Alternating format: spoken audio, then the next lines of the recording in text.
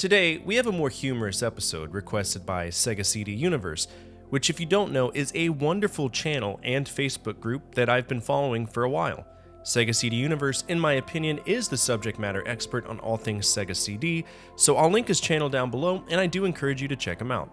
Now, SCU asked me to create a list of 10 video game characters I want Chaos from Primal Rage to take a piss on. Pretty straightforward. And while it's a silly name for a video, I think the concept of understanding annoying characters is simply wonderful. So, that being said, these are 10 video game characters that deserve a hot load of piss straight to the face. Let's begin.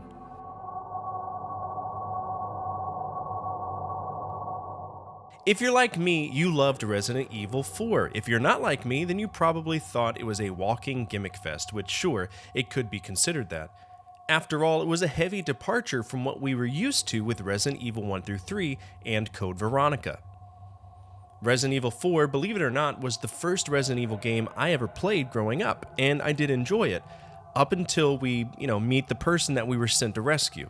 Ashley Graham is the president's daughter and the host for the superior species Plaga, but Leon luckily comes to the rescue, and what was previously a third-person shooter game turns into one of the most frustrating escort missions that seem to never end, ever. Even Leon is done with her shit. You remember when she offers him some overtime and he's like, "No!" Yeah, he just says no thanks or something like that, and I don't blame him. She's not worth it. Another settlement needs our help. With the amount of quests that Fallout 4 offers, he will gladly walk up to you at the most inopportune moments to tell you, another settlement needs our help. Even if there's a Deathclaw waiting outside of the building, and time is of the essence, even if a nuke was counting down and about to vaporize you, even if you needed to take a pee break, another settlement needs our help. And what sucks is that a majority of the quests that he offers, they aren't really rewarding. They just tend to give the player something to do. If there was ever a human Pez dispenser that shot out quests instead of candy, it would be Preston Garvey. But what do I know? Another settlement needs our help.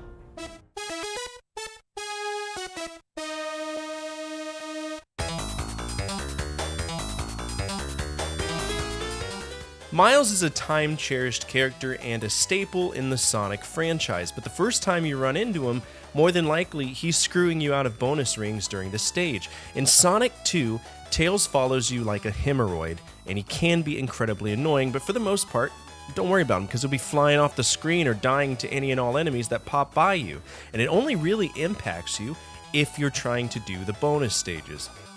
In these, Tails shadows every single action you do with a slight delay, so if you want to run to the left of the tube and hop up to catch more rings to get the Chaos Emeralds, you better time it right, because if you don't, Tails will screw you over. He'll just faceplant a mine or whatever the ring reduction object is and then say nothing, because he can't, right? So let's give him some words. I think that he would say, "Oops, Sonic. I know you moved out of the way there. I just really had an unwavering need to shove a spike ball up my asshole. And I know that you didn't want me here, but Sega thought it'd be a good idea since we're buddies and, it is Sonic 2, for 2 people. And yeah. Whoops! Did it again. My bad. I'm sorry. Hey, do you think you could slow down? Wait! Oh, whatever. I'll just helicopter in again." I do think that Tails went from a strong supporting character to a mega puss in Sonic Forces, but that's just me.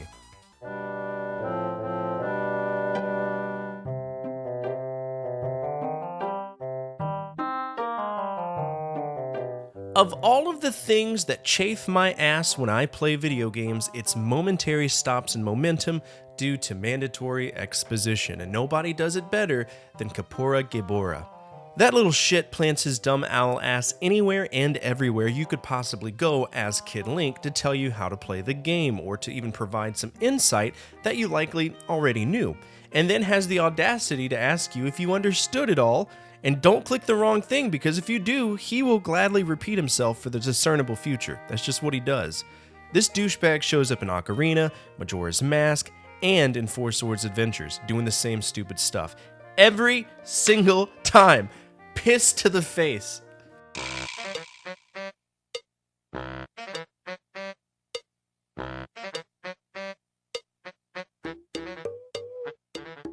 There's always NPCs that can just, be annoying just to be annoying, like Navi and Feedamy were the annoying ones from the Zelda franchise. But if you've played Animal Crossing, you would 100% get lambasted by Mr. Resetti for not turning off your game. He would go on a straight tangent. I got less flack from my very Baptist father when he caught me watching squirt porn at 14 thanks to Ginguru Girl on Newgrounds.com. This motherfucker straight up kink shames you, and God forbid you try to reset the timer or turn off the system without saving, because he'll pop up and give you a lecture every single time in every single game that he is in. And they're not just modest conversations. No. This is like an existential crisis. He goes out of his way to shame you for not saving your game or resetting the time. Absolute tool bench.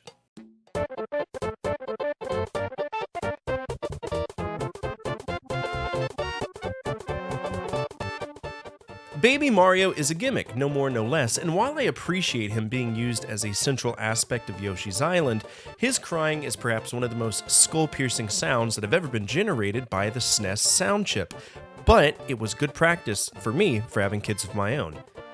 I find it so interesting that he's so vulnerable in Yoshi's Island, but for some weird reason, he's capable of driving a go-kart. He first did it in Mario Kart Double Dash in the Goo Goo Buggy. Now, I understand the design of a baby's cry. We don't want to hear a baby crying. That's just 100% human nature. And as humans, we will always strive to stop that crying. But sometimes it's just better to let the Shy Guys deal with it.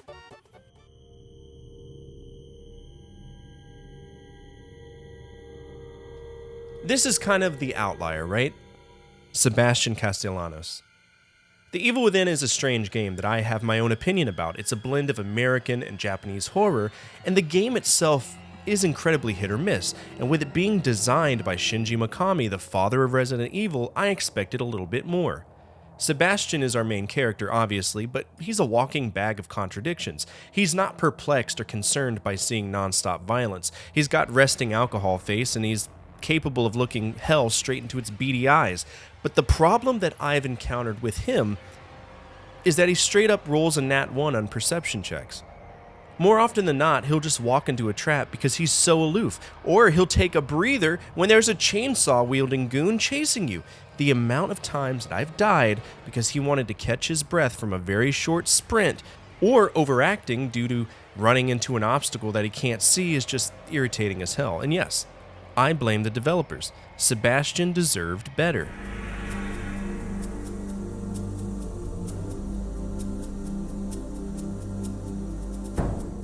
Shenmue is its own beast, of its own making. I've beaten every single game so far, and I have my own opinion of the franchise, and if you want to see that video and avoid 40 hours of your life being better spent on sampling a fine assortment of lead paint chips, then feel free to check it out. I'll go ahead and link it down below and at the end of the video. Ryo as a character is one of the most rigid people I've ever controlled in a video game. In Shenmue 1, he's honorably trying to solve his dad's murder, but he's gullible as shit. In Shenmue 2, he lacks common sense, so he has to talk to literally everyone in a metropolitan city to figure out anything. One of the major issues I have with him is if someone said that he would have to peel a banana 5 trillion times to get a hint about a guy that he's run into 3 times, he 100% would. In the third game, he's got COPD or something because he can only sprint in like 1-second bursts unless he boofs a cabbage, which you'll do so often just to avoid walking at a snail's pace, all the while forgetting every single martial arts ability you've learned through the franchise. Waste of time.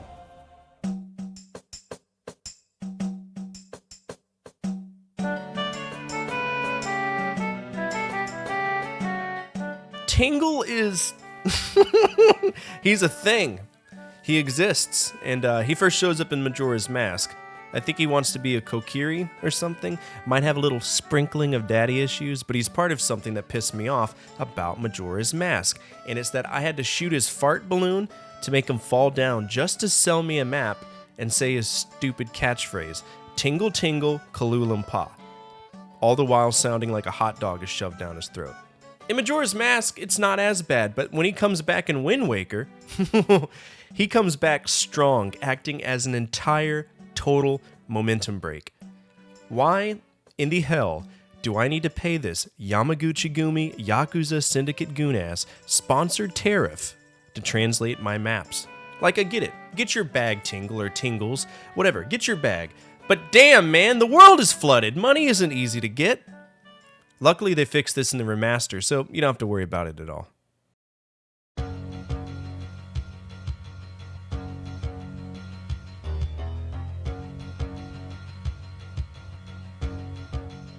Gex has been a thorn in my side for a long time. It's kind of a running gag on my channel. I even have an emote of his face. People use it often to mess with me. Gex as a game, most of them are fun for a while, even though they do have their own issues. But Gex as a character, brother! I would rather shove an entire GameCube up my ass at Mach 5 than ever listen to Gex talk. That's the gimmick though, right? It's Dana Gould saying what, in his opinion, is funny. But it's not. In Gex 3 alone, I had to hear him reference lolly lolly lolly, get your adverbs here, it's tail time, and talking about things that no child of the 90s, for the most part, would understand. In fact, if I said half the stuff that Dana Gould said, I'd be placed in a nursing home. Now, I will say that Leslie Phillips' Gex portrayal in the PAL version is 10,000% more sufferable. For some weird reason, his wisecracks seem more logical and fitting. And that's it. 10 characters that Chaos from Primal Rage could lob a jet stream of piss on. What characters have annoyed you throughout gaming history? I would love to know down in the comments section below. Come on, get it off your chest. Also, if you watch this video to its completion, you're home already.